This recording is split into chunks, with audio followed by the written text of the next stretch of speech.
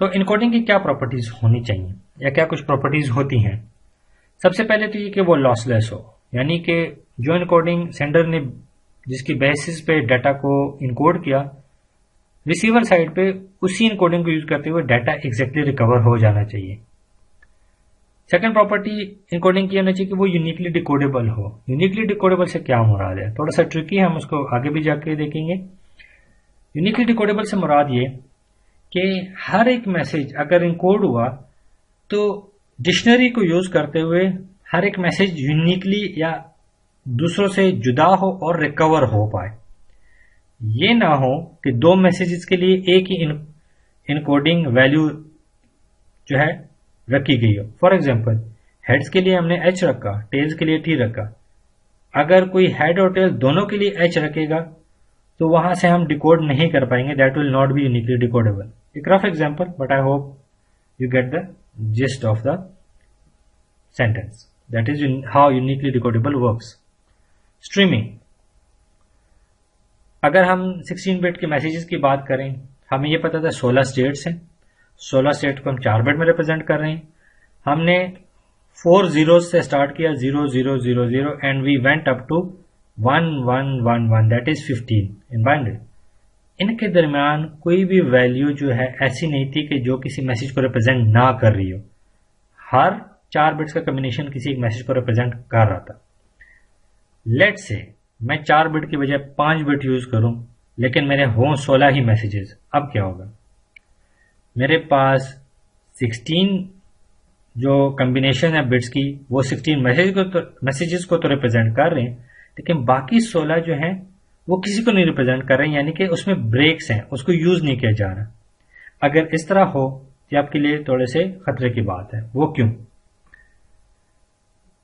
थोड़ा सा इसको एक एग्जांपल के रिस्पेक्ट से देख लेते हैं ताकि क्लियर हो जाए इंशाल्लाह।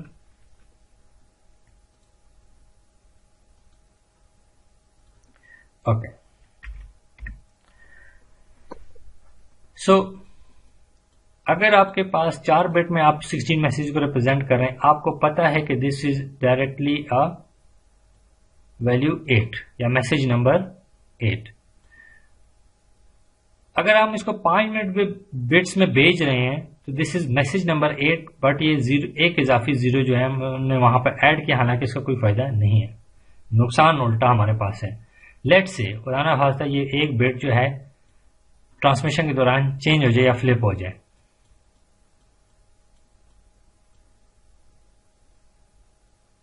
So this totally makes 24 या मैसेज नंबर 24। अब क्या मैसेज नंबर 24 आपके पास एक्चुअली अवेलेबल था? The answer is no। आपके पास तो टोटल 16 मैसेजेस थे स्टार्टिंग फ्रॉम 0 till 15। तो अगर कोई ऐसी इनकोडिंग हो कि जिसमें कोई एक स्टेट यूज ना हो रही हो, उसका नुकसान ये होता है कि अगर कोई ऑलरेडी स्टेट यूज हो रही है और उसकी कोई बिट फ्लिप हो जाए तो वो ऐसी वैल्यू की तरफ जंप करेगी जो यूज ना हो रही हो, और उसकी वजह से आपके पास डाउट या अनसर्टेनिटी बढ़ जाएगी। So you need to be careful to make sure कि अगर आपने जितनी बिट ऑफ इनकोडिंग रखी है उसमें हर जो स्टेट है या वैल्यू है, लेट से 4 zeros से लेकर 4 1 तक तमाम की तमाम किसी एक मैसेज को लाजमी रिप्रेजेंट करें, उसमें ब्रेक्स नहीं होनी चाहिए। I hope it is clear now. Okay, so unique decodability को हम थोड़ा सा देख लेते हैं।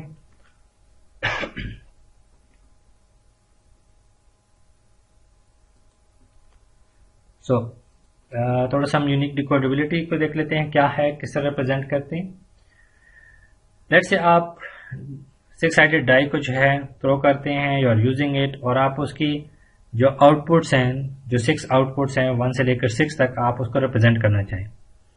उसके लिए 6 आउटपुट या 6 रिजल्ट्स के लिए कम से कम आप 3 बिट वैल्यूज जो है यूज करेंगे। तो नाइव इनकोडिंग में आपके पास that start with 3 zeros going up to 6 के लिए 101 जो है वहां तक आ जाए। 7 and 8 आर नॉट यूज्ड। तो सवाल ये आता है, क्या ये लॉसलेस है? Well yes, on the basis of these all the messages can be sent and recovered. क्या यूनिकली डिकोडेबल हैं? तो हम उसको डिटेल में भी देखेंगे, लेकिन अगर यहां पर हम सरसरी जायजा लें, हर एक कॉम्बिनेशन, हर एक अलग या यूनिक रिजल्ट को रिप्रेजेंट कर रहे हैं। ऐसा नहीं कि 3 जीरोज 1 को भी रिप्रेजेंट करें और 3 जीरोज 2 को भी। सो 6 स्टेट्स 6 उसके लिए कोड भी अवेलेबल है। सो यूनिक डिकोडेबिलिटी सरसरी लिहाज से है हमारे पास अवेलेबल। क्या ये कोड स्ट्रीमिंग है? वेल अप टिल 6 तो यूज हो रहा है, लेकिन 7 और 8 को नहीं यूज हो रहा है 3 बिट्स में। So that means they are not streaming, जिसकी वजह से एरर की अगर आ जाए तो किसी भी मैसेज का इस रेंज से जंप करके 7 और 8 की तरफ जाने का खतरा है, जिसकी वजह से एरर करेक्शन में बहुत मसला आपके पास आएगा। सवाल ये आता है कि कौन सी कोडिंग इनमें से सबसे बेस्ट है। वो तो हम एंट्रोपी के बेसिस पर आगे जाके पढ़ेंगे। पहले ये आता है कि क्या ये नए यूनिक डिकोडेबल है। नाइव इनकोडिंग तो यूनिक डिकोडेबल लग रही है, लेकिन क्या कोड 1 और कोड 2 भी यूनिकली डिकोडेबल हैं? हम इसको भी थोड़ा सा देख लेते हैं। उसकी क्या कंडीशन है, पहले हम उस कंडीशंस को देख लेते हैं, फिर मैं एक एग्जांपल सॉल्व करके बता देता हूं। सबसे पहले तो ये कि जितनी स्टेट्स हैं उतने ही आपके पास यूनिक कोड मौजूद हो। इसको हम बाइनरी ट्री के रिस्पेक्ट से भी सॉल्व करेंगे कि जितनी स्टेट्स हैं उतने एंडिंग नोड्स बाइनरी ट्री में होने चाहिए। That is the first condition. Second, जो यहां पर बात की प्रीफिक्स फ्री, कोई कोड किसी दूसरे कोड के आगाज में ना आ रहा हो, यानी कि ये 3 जीरोज कहीं ऐसा ना हो कि यहां पर 3 जीरोज भी मौजूद हो, जिसकी वजह से दोनों में डाउट या अनसर्टेनिटी आना शुरू हो जाएगी। सो प्रीफिक्स फ्री होना चाहिए। उसको भी हम एग्जांपल में देख लेते हैं। नंबर थर्ड जो है, जो क्राइटेरिया है कि या जो क्राइटेरिया है प्रीफिक्स फ्री का, अगर हम उसको ट्री के रिस्पेक्ट से देखें कि प्रीफिक्स फ्री क्या हो, तो हम ये कहते हैं कि कोई कोड दूसरे कोड के पाथ में ना आ रहा हो। So let's solve this example, और इंशाल्लाह उम्मीद है कि वहां से आपको क्लियर हो जाएगा। So I take a screenshot here. हम आते हैं एमएस पेंट की तरफ। हम ये एग्जांपल अपने पास जो है थोड़ा सा कट करके रख लेते हैं, ताकि हम उसकी बेसिस पे उसका बाइनरी ट्री जो है बना सकें। लेट्स से हम सबसे पहले देखते हैं नाइव इनकोडिंग को, और हम ये देखते हैं कि नाइव के रिस्पेक्ट से, pardon my writing, but naive encoding का जो है हम बाइनरी ट्री बनाते हैं। So we have a starting node, वहां से हम शुरू करेंगे। हमारे पास टोटल 6 स्टेट्स हैं, हम उसको रिप्रेजेंट करते हैं। जैसे कि मैंने पहले बताया, with convention I use 1 bit 2 on the right to represent and a 0 on the left. Okay, so I need to go up till 1 0 0 and 1 0 1. So it's a 1 0 0 and 1 0 1.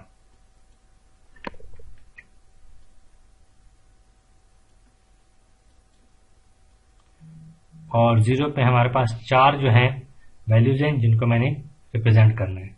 Okay, थोड़ा सा कंजेस्टेड हो गया, no worries, will move it a bit. हम आगे move कर लेते हैं। And so for the values 1 2 3 and 4 हम उसका बाइनरी ट्री बनाते हैं। So it's a 0, then again with a 0 and another 0। So 3 zero से हमारे पास आई value, that is value number 1 या रोल की value 1, that is 0 0 0 representing the value 1. This is a 0, this is value number 5, this is value number 6. No worries. So this for number 2 the value is 0 0 1. So for 1 it goes, the branch goes towards the right and we have the value. Okay, थोड़ा सा इसको ठीक करते हैं। 0 0 1. The next two values are from 0 1 0 and 0 1 1. So 0 1 0 and 0 1 1, जो कि हमारे पास आ जाती है value. This is 1, this is for 2, this is for state number 3, state number 4। I hope मकसद क्लियर हो चुका होगा कि क्या किस तरह जो है बाइनरी ट्रीज का बनाते हैं। ओके, साइड पे करते हैं। Let's make the binary tree for code number 1, और फिर हम इन तीनों का यूनिक डिकोडेबिलिटी का क्राइटेरिया जो है वो हम देखते हैं। ओके, सो इसको खुद भी ज़रा सॉल्व कीजिएगा ताकि प्रैक्टिस हो जाए। So starting node, from starting node we have a code that is 0 only towards 0, और ये हमारे पास आ जाती है वैल्यू नंबर 1 के लिए। Okay, then we have all the codes are towards the right, 1 से स्टार्ट हो रहे हैं, so that is 1 0 1 1 0, 3 ones and 0, 4 ones and 0 and 5 ones। तो अगर इसकी वैल्यू मैं देखूं, this is code number 2, this is code number 3 4 5 6, और जो वैल्यूज यहाँ पे मौजूद हैं, या ब्रांच की value that is 1 here 0 here 1 here 0 here 1 0 1 0 1। That was for code number 1।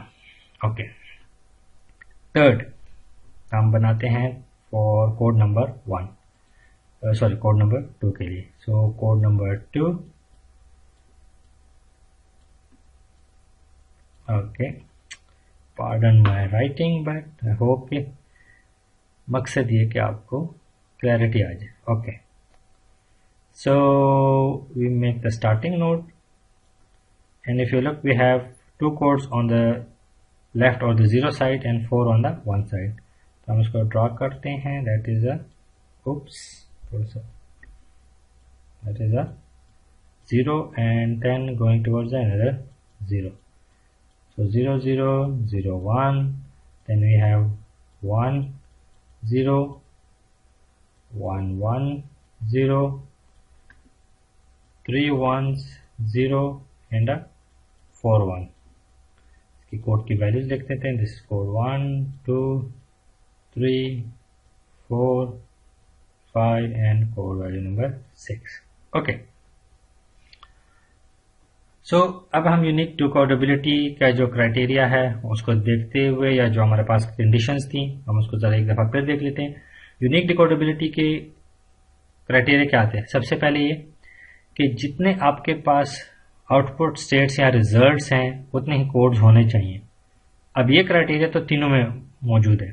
Second ये था कि प्रीफिक्स फ्री हो, कोई कोड दूसरे कोड के शुरू में या इब्तिदा में मौजूद नहीं हो, यानी ये 3 जीरोस कहीं पर मौजूद नहीं किसी के शुरू में। यहाँ पर अगर आप 0 देखें तो किसी के शुरू में या इब्तिदा में नहीं मौजूद। यहाँ पर ये 2 zeros या 0 1 या 1 0, कोई कोड दूसरे कोड के शुरू में नहीं आ रहा। इसी चीज को हम बाइनरी ट्री के रिस्पेक्ट से सॉल्व करते हैं, देखते हैं।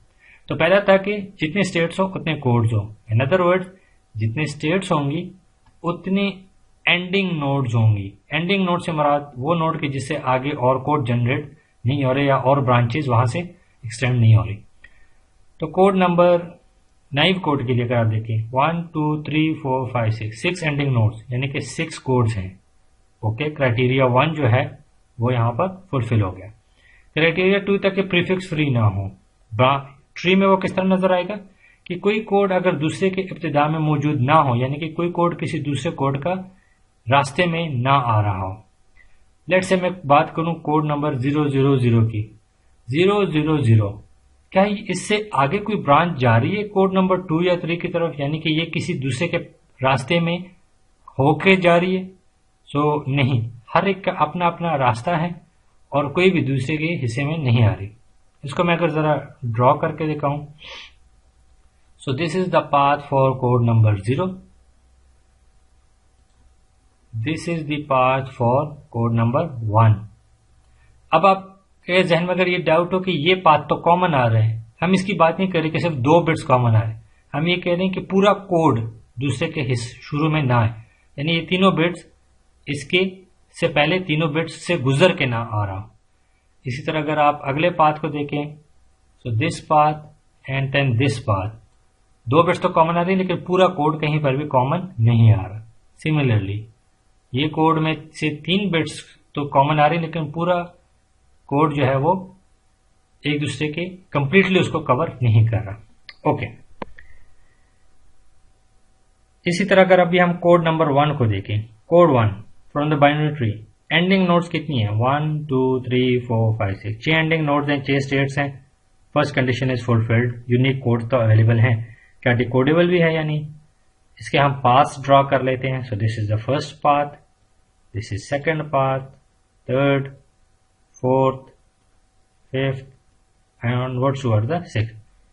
क्या कोई कोड, पूरा कोड किसी दूसरे कोड के पूरे पाथ में आ रहा है? नहीं, उसका हिस्सा आ रहा है लेकिन कंप्लीट नहीं आ रहा। यहां पर अगर हम प्रीफिक्स को देखें, 0 कहीं पर मौजूद है शुरू में? नहीं, कहीं ना कहीं उसका हिस्सा जरूर होगा, मिलता जुलता होगा, लेकिन उसमें से एग्जैक्ट जो है कवर है। याद रखें प्रीफिक्स है, यानी कि 10 एग्जैक्ट शुरू में आना लाजमी है, अदरवाइज ये उसका प्रीफिक्स यहां पर अभी नहीं बन रहा। So the code number 1 is also uniquely decodable as per this criteria. Code number 2 को देखते हैं। कोड नंबर 2 के पास so we have 0 0 0 1 1 0 1 1 0 1 1 1 0 and 4 1। Again 6 nodes हैं, 6 स्टेट्स हैं। फर्स्ट क्राइटेरिया भी फुलफिल हुआ and the second criteria is also fulfil कि कोई भी कोड दूसरे का कंप्लीट प्रीफिक्स नहीं बन रहा। सो it's a prefix free code. ये तीनों कोड स्ट्रीमिंग भी है, स्ट्रीमिंग तो नहीं है, ये तीनों कोड लॉसलेस हैं, यूनिकली डिकोडेबल भी हैं, अलबत्ता स्ट्रीमिंग नहीं, क्योंकि अगर आप इसमें देखिए इसमें और भी कॉम्बिनेशंस यहां पर पॉसिबल हैं। Let me show you. अगर यहां की बात की जाए तो आपके पास 2 बिट्स जो यहां पर और भी स्टेट्स बन सकती थी, वो यहां पर at the moment do not care या हम उसको यूज नहीं कर रहे। सो स्ट्रीमिंग नहीं है, वो 2 ब्रांच जो कोड जो है या 2 ब्रांचेज जो वो यूज नहीं हो रही, लेकिन वो उसकी वजह से एरर आ सकता है, खराबी के वक्त उसको रिकवर करना मुश्किल हो जाता है। I hope with this drawing it is clear now. Okay, coming back to the slides.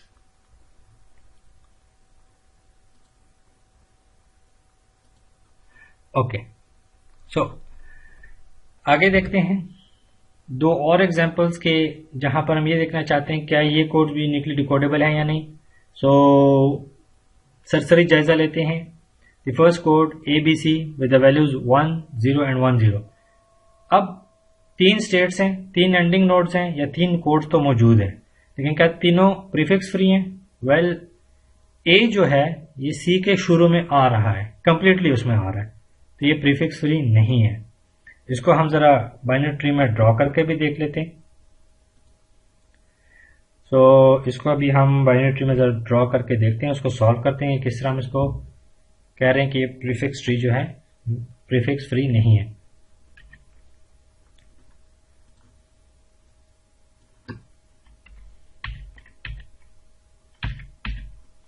So let's see, इसका हम ट्री बनाते हैं। So it's a starting node, we have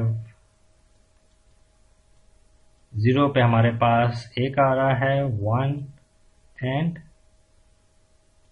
again 0, और कोड्स की वैल्यूज भी लिख लेता हूं। सो B is just a 0, A is just a 1 and C is just a 1 0। Okay, कितनी एंडिंग नोड्स हैं? 1 और 2, हमारे पास सिर्फ 2 एंडिंग नोड्स हैं, जबकि कोड 3 है। राइट अवे पता चल रहा है यूनिकली डिकोडेबल नहीं है। सेकंड, क्या प्रीफिक्स फ्री है? बाइनरी ट्री में हम देखते हैं कि कितने पाथ्स बन रहे हैं। So the first path is for B, एक पाथ बना हमारे पास। दूसरा पाथ हम A के लिए बना रहे हैं, this is A। Third path is for C। अगर आप देखें, this is the path for C। A का जो पाथ है वो कंप्लीटली कवर हो रहा है, या हम यूं कहते हैं कि A का जो पाथ है ये कंप्लीट एग्जिस्ट कर रहा है C के पाथ में। सिमिलरली A का जो कोड है C के प्रीफिक्स में कंप्लीटली मौजूद है, उसको कवर अप है।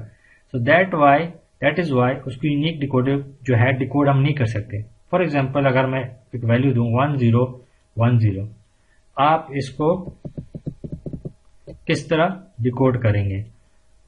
क्या ये A B डिकोड होगा?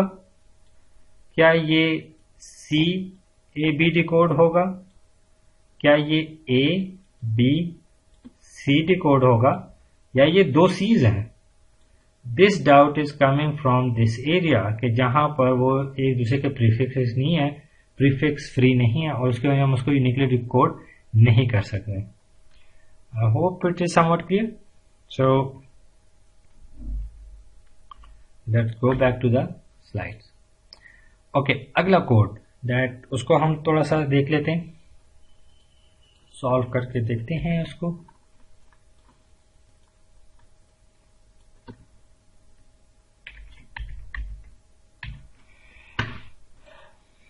So you have a starting node. Starting node से हम जाते हैं 1 पे. एक हमारे पास आ जाएगा कोड ए के लिए, and then you have multiple one. Let say मैं यहाँ पर सिर्फ 3-4 ही ड्रा कर लूँ, and that is for A that goes down for C. मैं सिर्फ 4 वंस ड्रॉ कर रहा हूँ, हैं 5-6 जितने भी. ओके, सो अभी हम इसको देख रहे हैं कि क्या ये कोड यूनिकली डिकोडेबल है या नहीं. तो एंडिंग नोड्स कितनी है? 1. एंडिंग नोड 1 है, स्टेट्स 2 हैं. राइट, अगर पता चला कि यूनिकली डिकोडेबल तो नहीं है. चेक करते हैं क्या प्रीफिक्स फ्री है. वेल 1 मौजूद है उसके प्रीफिक्स में, बल्कि बार बार मौजूद. So this is not a prefix free code. Binary tree में अगर देखें कितने पाथ बन रहे हैं, ये 1 path for A, another path is for C. A का पाथ जो है ये कंप्लीटली कवर हो रहा है सी के पाथ में. सो ए का कोड जो है वो सी का प्रीफिक्स में मौजूद है या उसके पाथ में कंप्लीटली मौजूद है. So we can say that this code is not uniquely decodable as per this criteria. लेकिन इसमें थोड़ा सा एक ट्रिक है जिसको भी हम देखेंगे कि कैसे यही कोड हम इसको फिर भी यूनिकली डिकोडेबल बना सकते हैं इस पर्टिकुलर केस में. So let me just clear this. इसको हम थोड़ा सा साइड पे रख लेते हैं. ओके, लेट से आपके पास मैसेज आता है सिंपल 1. आप इसको क्या डिकोड करेंगे? Right away you can decode it as A. लेकिन अगर आपके पास मल्टीपल वंस आना शुरू हो जाएं, आप ये कर सकते हैं कि आप उसको राइट अवे डिकोड ना करें, बल्कि उसको बफर में रखें और ये देखें कि क्या 8 वंस के बाद अगली वैल्यू 0 आ रही है.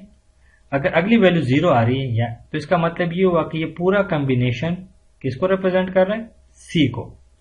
सो दैट इज वन वे. अगर लेट से आपके पास 8 वंस आए लेट से, और उसके बाद अगली वैल्यू 1 ही आ रही है, तो इसको आप फिर क्या डिकोड करेंगे? You can decode it as multiple, pardon, this is multiple as. This is called look ahead. Look ahead क्या है कि डिसीजन तब तक ना लें जब तक आपके पास सबसे लंबा जो कोड प्रेजेंट है उतना बफर फुल ना हो जाए. हमने एक 1 हमारे पास रिसीव हुआ लेकिन हमने उसको डिकोड नहीं किया, हमने इंतजार किया सेकंड 1 का, हमें पता चला ये भी एक 1 है. पॉसिबिलिटी है कि 2 एज हों, लेकिन आगे हम देखते हैं, फिलहाल डिकोड नहीं कर रहे. We go ahead looking ahead. जब पता चला कि 8 वंस के बाद एक 0 आया, तो कोड के मुताबिक दिस इज एक्चुअली अ सी, हमने उसको सी डिकोड कर. अगर लेट से इन 8 once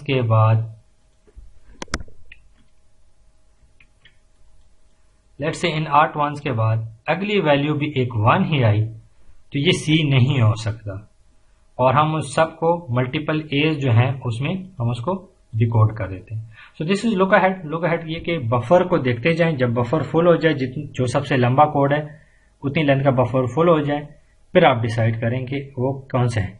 now this is a particular code. एक खास केस है कि जहां पर ये कोड ऐसा है कि जो प्रीफिक्स फ्री नहीं है लेकिन फिर भी यूनिकली डिकोडेबल हम बना सकते हैं उसको by using the look ahead technique. Okay, so real life में हम किस तरह के एफिशिएंट इनकोडिंग को फाइंड कर सकते हैं, ये हम आगे जाके इंशाल्लाह देखेंगे. और वो उसका तरीकाकार ये था कि प्रायर प्रोबेबिलिटीज अगर अवेलेबल हो तो जो मैसेज सबसे ज़्यादा रिपीट हो रहा है हम उसको सबसे कम बिट्स जो है असाइन करते हैं. सैमुअल मोर्स, जिसने मोर्स कोड ईजाद किया, और उसने ये भी देखा कि कोड जो है यूनिकली कोड जो है प्रीफिक्स फ्री नहीं है लेकिन फिर भी they are still uniquely decodable. For example, E is a prefix of S. T is a part of the code R. M is a prefix of Q.